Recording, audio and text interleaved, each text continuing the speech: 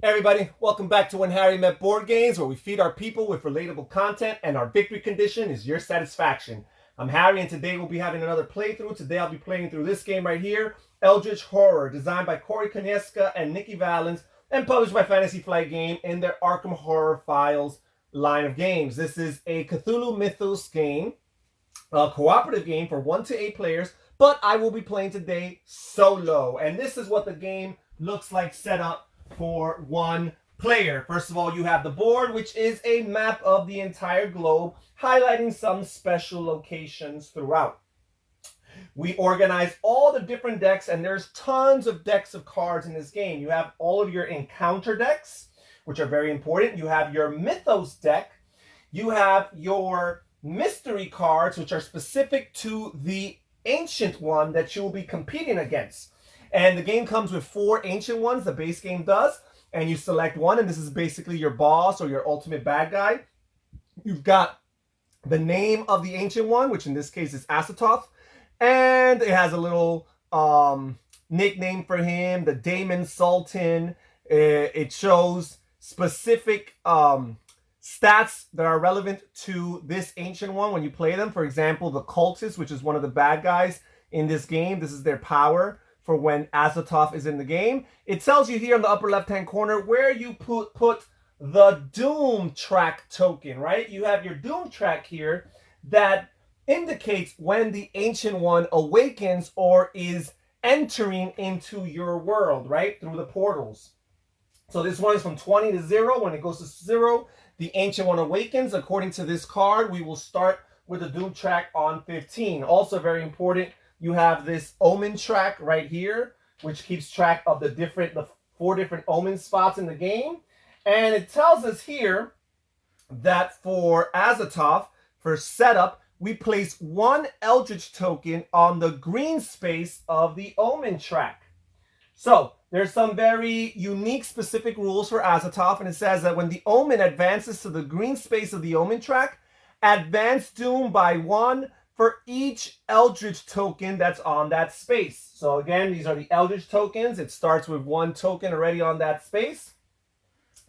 And it tells us that when 3 mysteries have been solved, the investigators win the game. So again, you have these mystery cards that are specific to each of the ancient ones. There's 4, for example, for Azathoth. Once 3 of these have been solved, we, the investigators, in this case I, win the game. It also says that when Azathoth awakens, that is, if the Doom track ever makes it to 0, we flip this sheet and resolve the world is devoured effect on the back, which basically, for a spoiler, is investigators lose the game, right?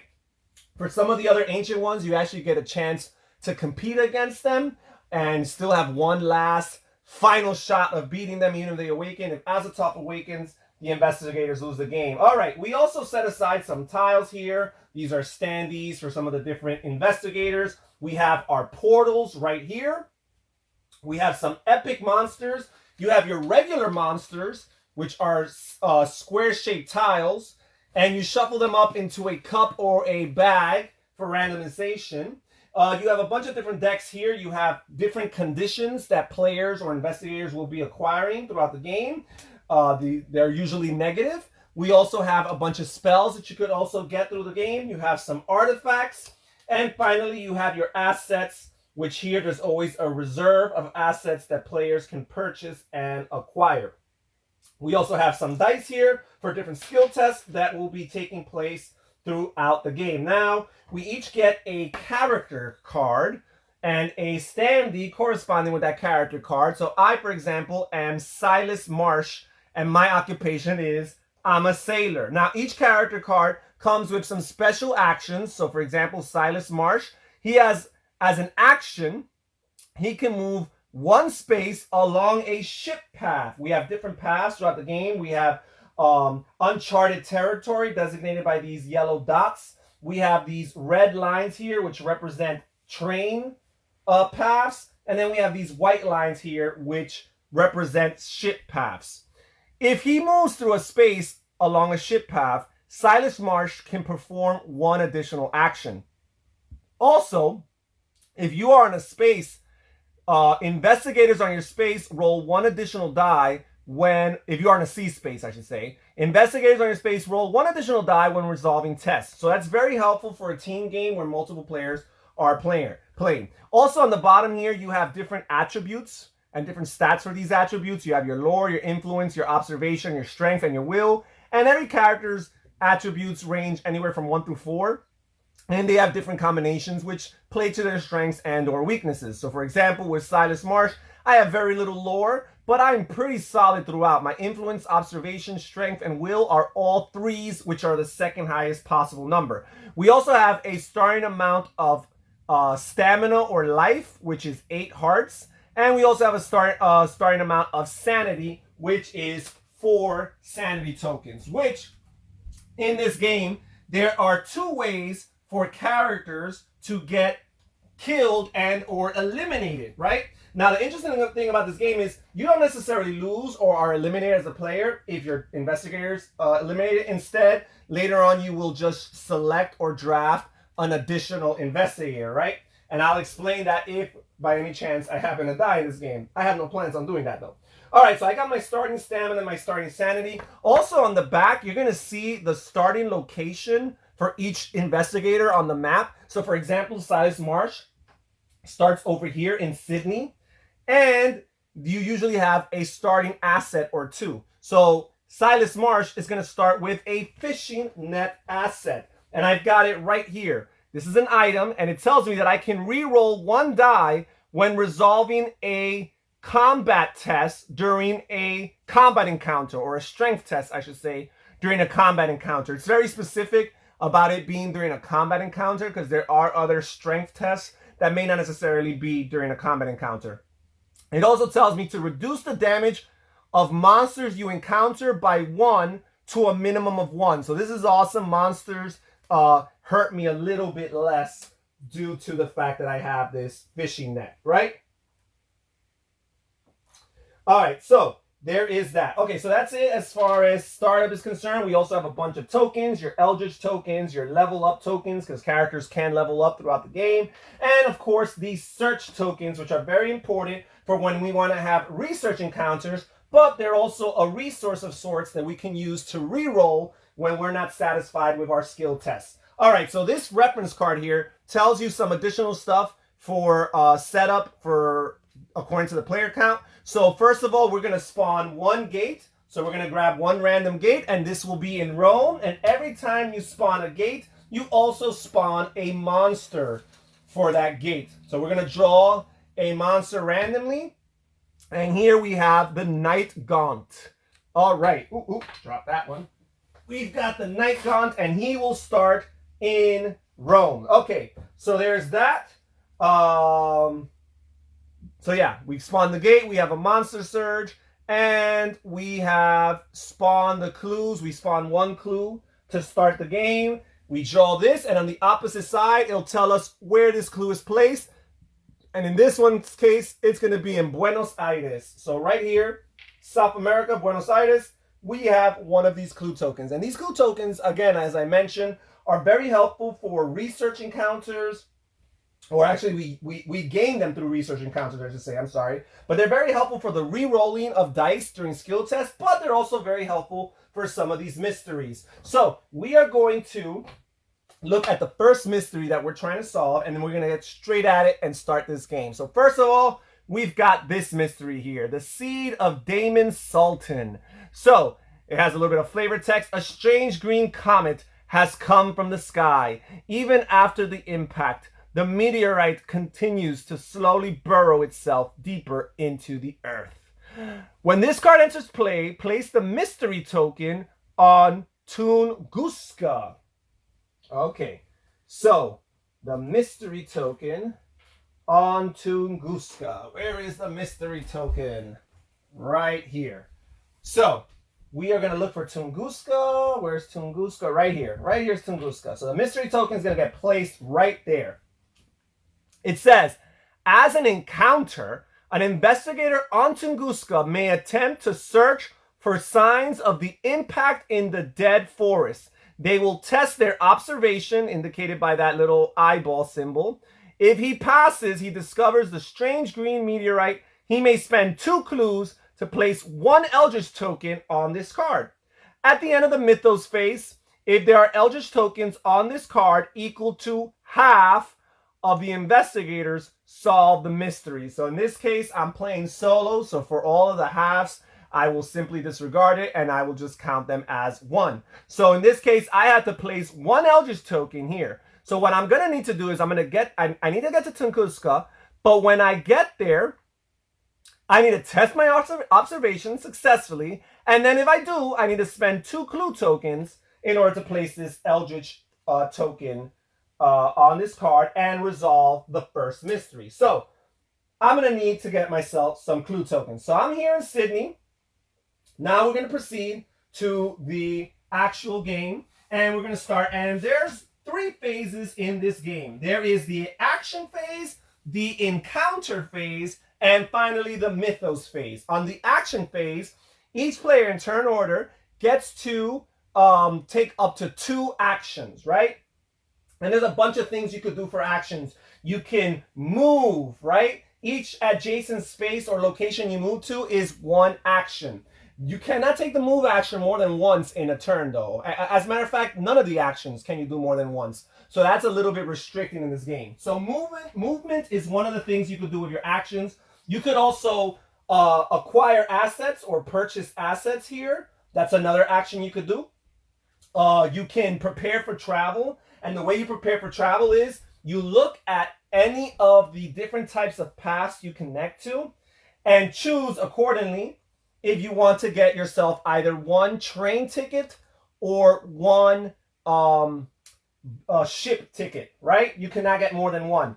Now, very important, for the acquisition of assets or the purchasing of assets, or even for the prepare for travel, you need to be in a city. Not all of these places are city. As you can see, there is a symbol on some of these locations. It looks like a bunch of tall buildings right here in the black.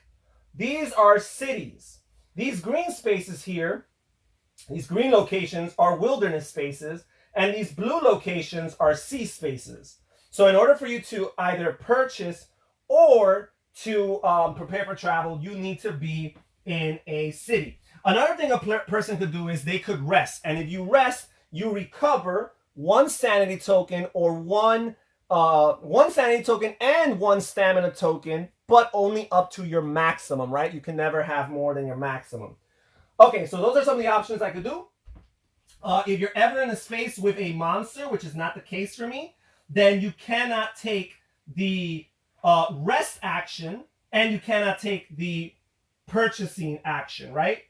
The buying assets action. Also, if you're playing cooperatively, one other action you could also do is you could trade possessions with a player, a teammate that's on the same space. Oh, and finally, there's card-specific actions. You have actions that are specific to your starting character's card. For example, for me, I can move 1 space along a ship path and then perform an additional action. Or you can use any card actions from assets, spells, or artifacts, and even conditions that you might have acquired throughout the game. Okay, so that's enough about that, folks. Let me start getting played. So I'm gonna move. I'm gonna prepare for travel first. I'm gonna prepare for travel, and since I'm in a city, I can do that, but I can only get a ticket for either from ship or train if I connect to the same type, if the location I'm in connects to that type of mode of transportation. So because I do connect to various sea spaces, I can collect a sea ticket, a ship ticket. And I'm going to use that because that's the only way that you can move more than 1 space. Normally, you can only move 1 space per action. So I'm going to use this ticket. Once I move to my free space, I'm going to use this ticket to move along 1 more space within a ship line, right? A ship path. And I'm going to move over here to this location here, designated as number 15. And because I have Silas, I could choose to have used my action, which is move through a sea space, which I just did, and then get an additional action. So this is a way of getting a third action for Silas Marsh. I got my prepare for travel action, then I got my movement action, and now in a city space, I can take another action, because I'm Silas Marsh, and I move through a ship space, a ship path, and my free action, I'm going to choose, my bonus action, to purchase some assets. And this is the way acquiring assets work. For acquiring of assets, you're going to make a skill test. And in particular, you're going to be testing your influence, which is the orange-shaped, the orange-colored attribute here with the handshake symbol. And in particular, my skill is 3. So because I have 3, I get to roll 3 dice. And then when you're rolling for these skill tests, you're looking for successes. And successes in this game are 5s and 6s. For the acquiring of assets, every 5 and 6 that I roll for this skill test is going to be like currency of sorts. It's going to be like $1. And it'll allow me to purchase assets that are up to that cost. So here we go. We're going to roll for the skill test. And I only rolled 1 success, which means I can only afford cards here that cost 1 or less. And there are none. Now, there is always this option right here, which is the bank loan. It's actually printed on the board. It's not a card.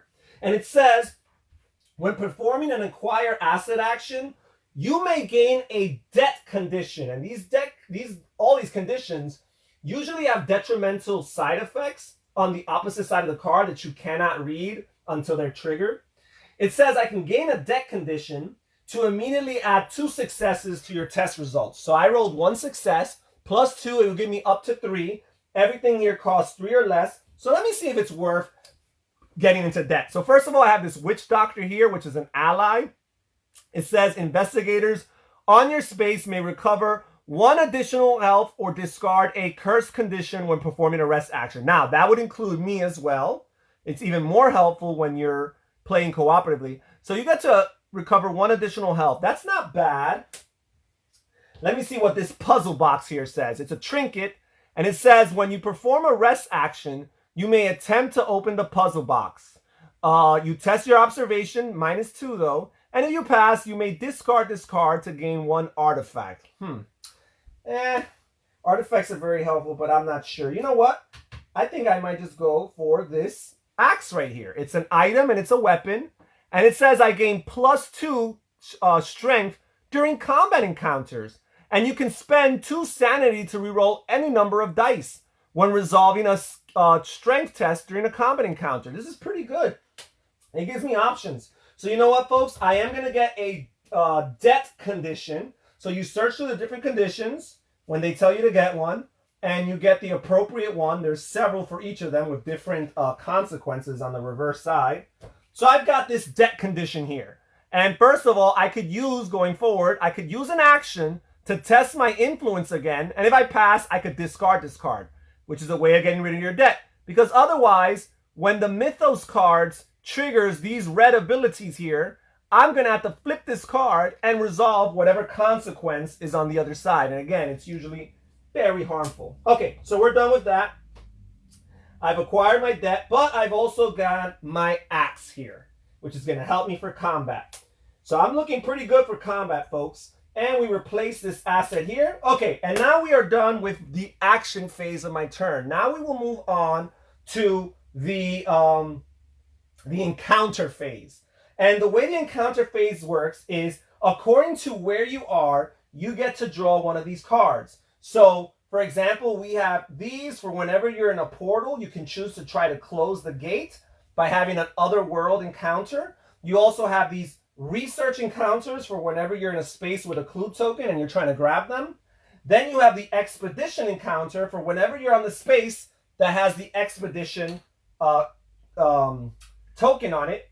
Then you have the generic encounters for when you're in a space that doesn't benefit otherwise. And then finally, you have 3 location-specific encounters if you're in North America, Europe, or Asia. So most of these do not apply to me. The only ones I could do right here is actually the generic, regular encounter. So you flip this over, and you see some text in 3 different categories: city, wilderness, and sea. And according to the type of space or location you're on, you resolve the encounter. So I'm in a city space, so I'm going to resolve the city encounter here. And it says, a friendly game of cards ends with a very high stakes hand. If you pass, you amaze everyone watching and find a new friend. Gain one random ally asset from the deck. If you fail, gain a deck condition to cover the loss. So I'm going to test my influence according to this. And if I pass, I gain a random ally from the deck. So I can start looking through the deck until I get my first ally. But if I fail, I get another deck condition. Remember, folks, I already have one. So I'm going to test my influence, which again is 3. So I'm going to roll 3 dice. And I just need one of these to be a success. One of these needs to be a 5 or a 6. And I got 1 success, so I succeed. And now I will look through the asset deck until I gain an ally. Here we go. I've got the Vatican missionary here. And it says I gain +1 will. That symbol there is will. And I can re-roll 1 die when resolving a will test, which is absolutely great. Especially because in encounters, you have will tests that take place. Okay, so we are done with that. We are done with the first encounter phase. And now finally we go to the Mythos phase, where we draw one of these, the top card of the Mythos deck. And when we resolve it. So first of all, there's some flavor text here. It says, before your very eyes, the stars shift in the night sky. Constellations break apart and reform, shattering your previous predictions of the omens. So first of all, we resolve each of these symbols in the order that they appear. This right here lets us know that we rotate the omen track to the next spot clockwise. And then if we ever have portals, once you advance the omen, if we look on the board, we see if there's any open gates, any open portals that correspond with the color of the current omen. And if they do, for each one that is on the board that corresponds with that color, we advance the doom track. In this case, we advance it to the blue. There's only 1 gate on the board, on the map, and it's Rome, which is a red one. So we will not advance the doom track. Then we've got this red little symbol here. And the way this works is we activate any card that's on the board or in play that has that red symbol, which is like a reoccurring bad effect that's going on in the game. So first we start with any monsters that might have a red symbol. Here we have Night Gaunt, and he does have a red symbol. So we look on the back and it says, if there's an investigator on this space, move him and this monster 1 space and he becomes a lay. That's not the case. Otherwise, move this monster 2 spaces towards the nearest investigator. So this monster is actually going to move 2 spaces towards the nearest investigator, and that would be 1, 2. So now he's in the heart of Africa. So he is closer to me. Okay. Then we will resolve any of those red effects that are on the Ancient One card, which is not the case. And then finally, we will go to any condition or asset cards that have that. And again, I have this deck condition, which tells me that I need to flip this card when that red symbol comes out. And we read and resolve the back. It says debt collector. The man in the silk suit hands you a large stack of papers. I believe you'll find this offer quite reasonable. His smile reminds you of a shark. It's clear that he will not take no for an answer. Test your influence. If you fail, you discard 2 item possessions. Okay, so that's the problem here, folks. I'm going to test my influence, which again is at 3. I have 2 items exactly. I have my fishing net and my axe, which means if I fail, I will have to get rid of both of them, and that will suck. And I succeeded, folks. I rolled a 6, so there is no problem. I will simply get rid of this debt condition, and I will suffer no consequences. Awesome. Okay, so there is that. Now we will move on. So we did the Doom track. We resolved those symbols, those effects. And then we have this symbol here, which means that we add another gate. So we will add the top gate from here. And this is Arkham. None other than Arkham. We place it on its location. Every time we open up a gate, we also spawn a monster. And here we go. We've got the Ghoul. Okay, so there we go. And then finally, we resolve whatever event is on the bottom of the Mythos card. It says here, move the Omen counterclockwise by 1. Then advance Doom by 1 for each gate on the game board that corresponds to the current Omen. So I'm going to move this back. And now it's back at the green Omen. There are no green symboled locations, or I should say portals or gates, on the map. So that is irrelevant. However, it says here that when the Omen advances to the green space on the Omen track, advance Doom by 1 for each Eldritch token on that space. Now, some people might interpret advancing as going clockwise, but I always interpreted that anytime, for whatever reason, this ends up back here, I advance the Doom track. So there we go. We advance the Doom track from 15 to 14. And we are done with the Mythos phase of the first round. And now we proceed to the next round. Okay, so I will go again, and I have actions I could take. I'm trying to get to Buenos Aires because I do want this clue token. So I am going to, again, I'm going to use a prepare for travel action. And because the location I'm on connects to sea paths, I can gain one of these ship tickets. Now, if you ever wanted to get multiple tickets, you could over multiple actions, but you can never hold on to more than 2 of these tickets at a time. That means, in essence, the most you could ever move in one turn is 3 spaces. 1 plus 2 additional tickets, right? So I'm going to use my first action to gain the ship ticket. Then for my second action, I'm going to use my character-specific action, which is to move 1 space along a ship path and then perform an additional action. So, as a matter of fact, now that I read the wording, I'm wondering if I did that correctly. It says move 1 space along a ship path. So I might not be allowed. I guess that's only if you move 1 space. You know what? I did not think about that, folks. All right, well, that's okay. We'll move on. So yeah, I'm going to spend this ship ticket to end up here in Buenos Aires and move 2 spaces. And again, with Silas, I need to move 1 space in order to do that. Okay, so those are my 2 actions. I prepared for travel and I moved to Buenos Aires.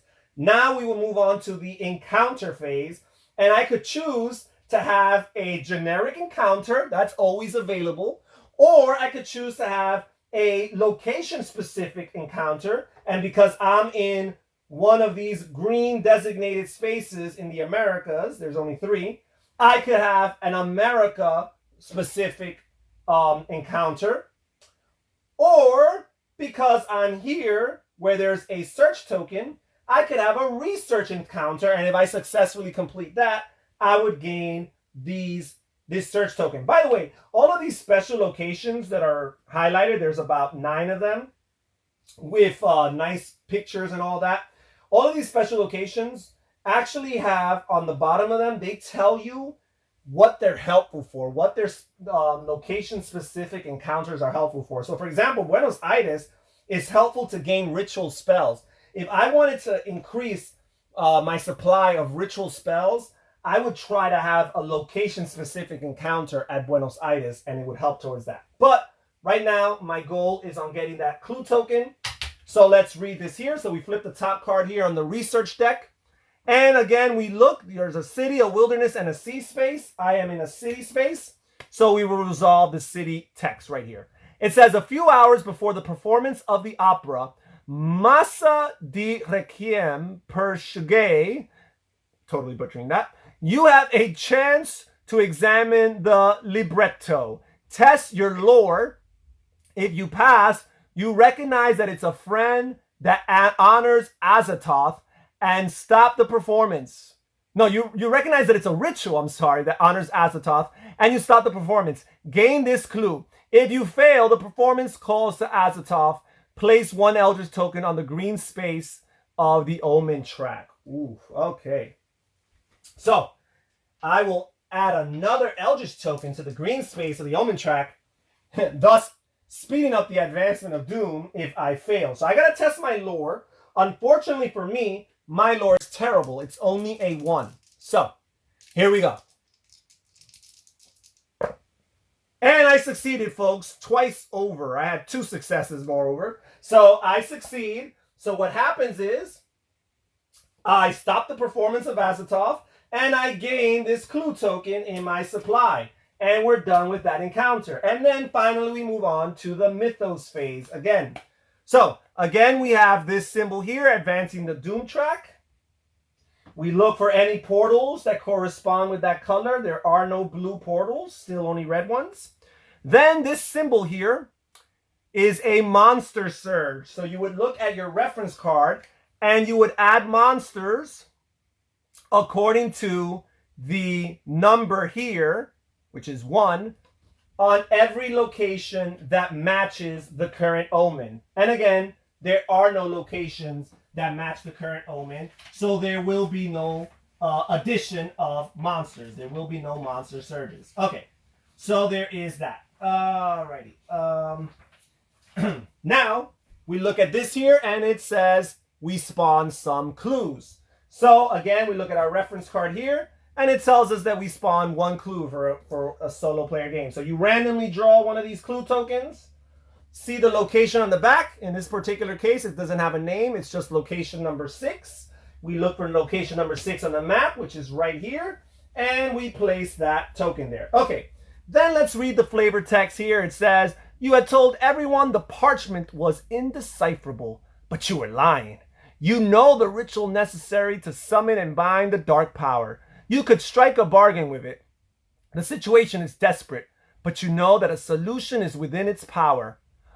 But what will it ask of you in return? A proposition. And then finally you resolve the event. The lead investigator, which usually that's a token that goes back and forth throughout the game. In this case, I'm the only one, so I am the lead investigator, may gain a dark pact condition to immediately resolve 1 rumor mythos in place. And the way rumor mythos works is every once in a while you have a mythos card that's a rumor, which is a location-specific task you need to complete, and you place one of these tokens on that location as a reminder. However, there are no rumors out there yet, so this is irrelevant. I am not going to gain a dark pact condition, but that would be an interesting risk to take in order to solve one of those rumors. Okay, so we are done with the Mythos phase, and that one wasn't too bad. And we proceed to the next turn.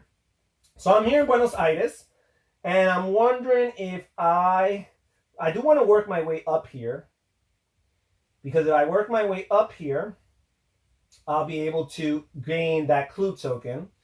But for now, I'm going to see if I purchase anything. I'm going to try to purchase an asset. So again, you have a skill test for your influence, which in my case is 3. I rolled 3 dice. And none of these are a success. I could choose to play a clue token to re-roll 1 die, but that is not worth it for me because, again, these clue tokens, I'm going to need them in order to resolve the mystery. So that was a failure, guys. Dice hate me. And with my second action, I'm going to move over here to location number 7 so that in the future turn, I can handle location number 6 and its research clue token there. All right, so we're done with the action phase. Now we'll move on to the encounter phase. And in this location I'm at, my only option is a generic encounter. And I am in a city, so I will resolve the text corresponding to the city. It says, you wandered through the aisles of an antique bookstore. Although many extremely rare books can be found here, the organizational system is almost impossible to decipher. You're going to test your lore -1. If you pass, you're able to track down a hidden gem and you gain 1 tome artifact. Well, guess what, folks? My lore is 1, so lore -1 equals 0. So this is an automatic fail for me. Luckily for me, there's nothing bad that happened, but I missed out on the chance of gaining a tome artifact for free. And I'm sure that would have been helpful. So we're done with that rather uneventful turn. Let's see if the Mythos card is equally as uneventful. All right, so first of all, we advance the Doom track. All right. And then there are 2 portals, 2 gates on the board that correspond with the current omen's color, the red or the symbol. So because of that, we will advance the Doom track twice, right there. Then we have this red symbol, which again, we activate any any specific cards, monsters, and Ancient One cards, and ultimately possessions and conditions that have that symbol. Right now, the only thing that has that symbol is this monster right here. The Night Gaunt has that red little symbol in the corner. And again, what happens is he would move, if there was an investigator in this space, you would move him and this monster one space, and the investigator becomes delayed. Again, there's no investigator there. So instead, what happens is we move the monster 2 spaces in the direction of the investigator, nearest investigator. So the smartest thing to do, 1, 2, to keep close with him. I'm gonna be fair and objective about this. We're gonna move him 1 space here and 2 spaces there. So now he's gonna cut him off eventually. All right, then finally we have this, which tells us to spawn some gates, and we draw the gate here, and it's Istanbul. Okay, and Istanbul will go right here, and we spawn 1 monster for that. And what do we have here? We have the cultist, who's super weak and easy, so don't worry about him, folks. All right, so there's that. Then we'll read the flavor text here. It says, now that you know what to look for, you see them all around you. The man pretending to be asleep on the bench. The woman watching you in the reflection of a tobacconist's shop. The trio who have been following you since you left the station. They've been tracking your every move. Eyes everywhere. And now we resolve the event. Each investigator rolls 1 die and resolves the matching effect. From a 1 to 2, he's assaulted and loses 2 health and 2 sanity. That's terrible. A 3 to 5, a monster ambushes him, and we just grab a random monster and have a quick encounter. And a 6, there's no effect. So let's see what happens here, folks. Any of these results are bad except for the 6.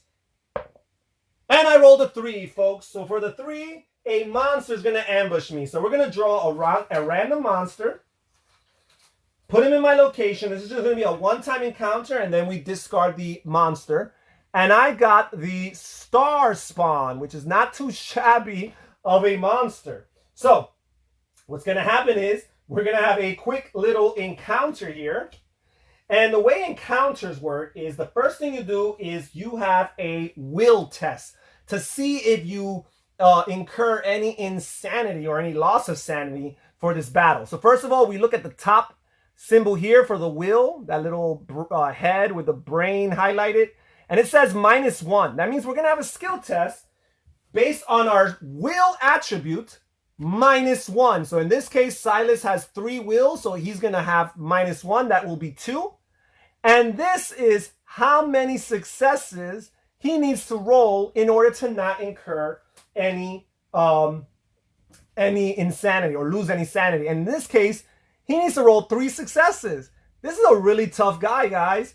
I cannot have 3 successes because I'm only going to roll 2 dice. So at most, I will have 2 successes. For every success that you are short of the mark, that's how much sanity you're going to have to lose. So let's see how much I roll here. I rolled 1 success, thankfully, but I needed 3 successes. So because of that, I will lose 2 sanity. All right, so I only have 4 sanity to start with. So losing 2 sanity is very painful. Okay, now we will proceed to the combat aspect of this. And here it says that I will test my strength -3. Guess what, folks? My strength is 3. So because my strength is 3, I will actually test with 0, which means this is an automatic fail. I am going to lose. And again, with combat, you're going to look at this symbol here, and that's 3. That's how many successes at minimum, 3, I would have to roll to not sustain any stamina damage or any health damage. Well, in this case, all of mine are failures because I didn't roll a single die. So I fell short by 3, which means I will lose 3 stamina. This is terrible, guys. This is a really bad guy to get ambushed by. Usually you have a control of who you fight or who you don't fight, but this ambush that occasionally might happen through a Mythos card or some other event, you just can't avoid it. I would have had to hit him 5 times with 5 successes to kill him. So, and that would not happen in one encounter. So that's it. We're done. ambushed me, and we're gonna discard him. Normally, if this was a normal combat encounter, what would happen is they would only have one series of combat, and if they survive, they both stay there, and in a future round, you can continue that combat, but you don't keep on fighting and fighting until somebody's eliminated. That's not the case in this game. Okay, so we are done with that Mythos card, and we're done with this round. Let's move on to another one, guys. That was really, really damaging, but it was very humbling to me to teach me. Oh, wait a second. Uh-oh. Hold on. Let us redo that. I just noticed something. Something that I did not notice. Let me get those 3 stamina back. I'm sorry, folks. I forgot that I have this card right here, which lets me gain 1 stamina when resolving a stamina test, a will test, I should say, 1 will. And I have this here that helps me gain 2 strength during combat encounters. So I should have rolled 2 dice, not none. So let's recreate that. Let me see if I can save myself some damage here. And I did. I rolled 1 success. So instead of being 3 short, I was 2 short. So I'll only lose 2 stamina tokens or 2 health tokens. That is much better. It's very important to remember your assets, your allies, your items, and any other cards you've acquired throughout the game, because they're very helpful. Okay, now we will proceed to the next round. And let's see here. I'm going to move over here to space number 6, because I want to get that clue token shortly. And now I'm in space number 6. And now I'm in a city. I think, you know what? I'm going to heal, guys. I need to heal because I suffered lots of damage there, especially with sanity. So whenever you choose to rest, you can rest. It needs to be in a city. And what happens is you get 1 sanity token, and you also get one sanity token and 1 stamina token every time you rest. And sometimes you have specific actions that help you when you rest. I haven't had one. I don't have one at the moment. But sometimes that is the case. And correction, you do not need to be in a city space to rest. I apologize. But you cannot rest when you are in a space with a monster. Okay, so let's see what else we're going to do. So I rested and I moved. Those are my 2 actions. I did not move along a C space, so I do not get a bonus action. So we're done with my action turn, my action phase. Now we'll move on to the encounter phase. And I'm going to try to have another research encounter so I could get that 2nd clue token. All right, so we flip the top card from the research deck here, research encounter deck. I am in a city space, so we'll resolve the city action here. And it says, the university allows you to use its telescope to search for signs of a green comet. You're going to test your observation -1, which my character's observation is a 3. You're going to test your observation -1. If you pass, you gain this clue token and 1 additional clue token. That's amazing. If you fail, you find nothing. Looking through the endless depths of space, you become delayed. And what happens when you become delayed as a player or as a character is that in the next turn, the only thing you can do is undelay yourself. That's all. So basically, it makes you lose a turn. And in a solo game where you're the only player doing anything, that is terrible. So again, we're going to test my observation, which is a 3 minus a 1 for the modifier, and that's 2. I'm going to roll 2 dice, and as long as one of these is a success, I'm going to gain that clue token plus 1 additional token. And there was 1 success, so I will gain this clue token, add it to my supply here. I will add another token randomly from here. And now I have 3 tokens, folks, which is great because these clue tokens are very helpful to the resolving of those mysteries. And also, again, they're a good currency for re-rolling of die. Okay, so we're done. We're done with the encounter phase. Now we'll move on to the Mythos phase once more. And this looks like a light one at first glance. We have this here, which means we spawn 1 clue token. So we grab 1 random token. We see the location on the back, and it has no name. It's just location number 1. And we look for location number 1 right here. Place that clue token there. It's pretty nearby.